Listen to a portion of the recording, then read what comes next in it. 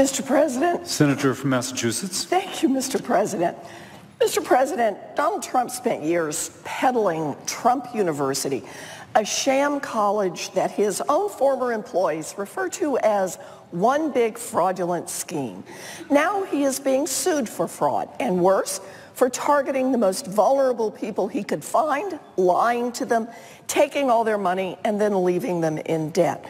Now, the judge presiding over Trump's case is Gonzalo Curiel, a former federal prosecutor who has spent decades quietly serving his country, sometimes at great risk to his own life.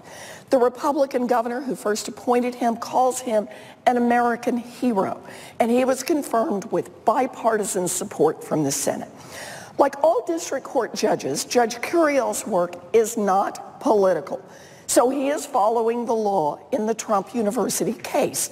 But Donald Trump wants Judge Curiel to bend the law to suit Trump's own personal financial interests and Trump's very, very fragile ego. So a little over a month ago, Trump began savagely attacking the judge's integrity, his Mexican-American heritage at political rallies. Some Republicans in Congress claim to be shocked by the assault on our legal system. Paul Ryan called Trump's attack, quote, the textbook definition of a racist comment. Oh, please, spare me the false outrage. Where do you suppose Donald Trump got the idea that he can demean judges with impunity? He got it from Republicans right here in Congress. It is bad enough that Senate Republicans won't even give Merrick Garland, the president's Supreme Court nominee, a hearing, while the Republicans' allies spend billions of dollars conducting a nonstop campaign of slime against him. But the story is actually much bigger than Judge Garland.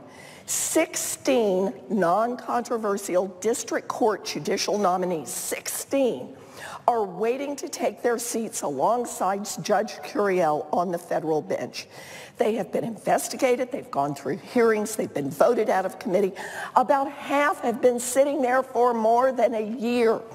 But in a few days, the Republicans who control the Senate are planning to pack up and shut down this body for most of the rest of the year, leaving every single one of these men and women to twist in the wind. Why? Because in 6 months, Donald Trump might be president. Make no mistake, Republicans want Donald Trump to appoint the next generation of judges. They want those judges to tilt the law in favor of big businesses and billionaires like Trump. They just want Donald Trump to stop being so vulgar and obvious about it. It is ridiculous. If Republicans expect the American people to believe that they don't agree with Trump's disgraceful attacks on an independent judiciary, they should confirm these judges. We have just one message for the Republicans. Do your job now before shutting off the lights and leaving town. At least confirm the 13 non-controversial district court judges that were nominated before 2016. So, Mr. President, I rise today to make a request for unanimous consent that the Senate proceed to executive session to consider the following nominations. Calendar number 359, 362, 363, 364, 459, 460, 461, 508, 569, 570, 571, 572, and 573. That the Senate proceed to vote without intervening action or debate on the nominations in the order listed. That the motions to reconsider be considered made and laid upon the table with no intervening action or debate. That no further motions be in order to the nominations. That any related statements be printed in the record. And that the President be immediately notified of the Senate's action and the Senate then resume legislative session. Is there objection? Mr. President. Senator from North Carolina. Reserving the right to object. Sometimes when I come on the Senate floor, I can't help but think that people who are watching in the gallery and watching on C-SPAN are going, what's going on? I thought we were working on funding the veterans and coming up with a solution to Zika, funding the DOD, making sure that states and localities have adequate resources to combat drug addiction and the opioid epidemic.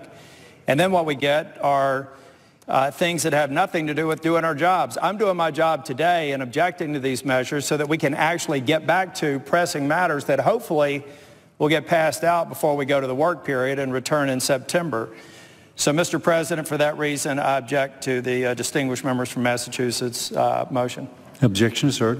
Mr. President, Senator from Massachusetts.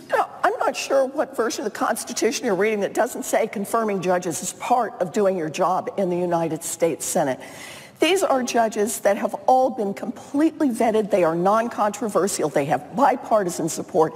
And the amount of time it would take to get these judges confirmed is just simply don't object. Let us go forward. We hear a lot of talk these days from Republicans in Congress suddenly caring about the rule of law. You know, talk is cheap. Real cases are piling up. Real courts are starved for help. Real justice is being denied, and the American people aren't easily fooled. If Senate Republicans leave town without putting a single one of these highly qualified, non-controversial judicial nominees on the bench, they are making it clear that for them, politics is everything, 24/7, that politics trumps everything, even an independent judiciary. Mr. President, I yield back.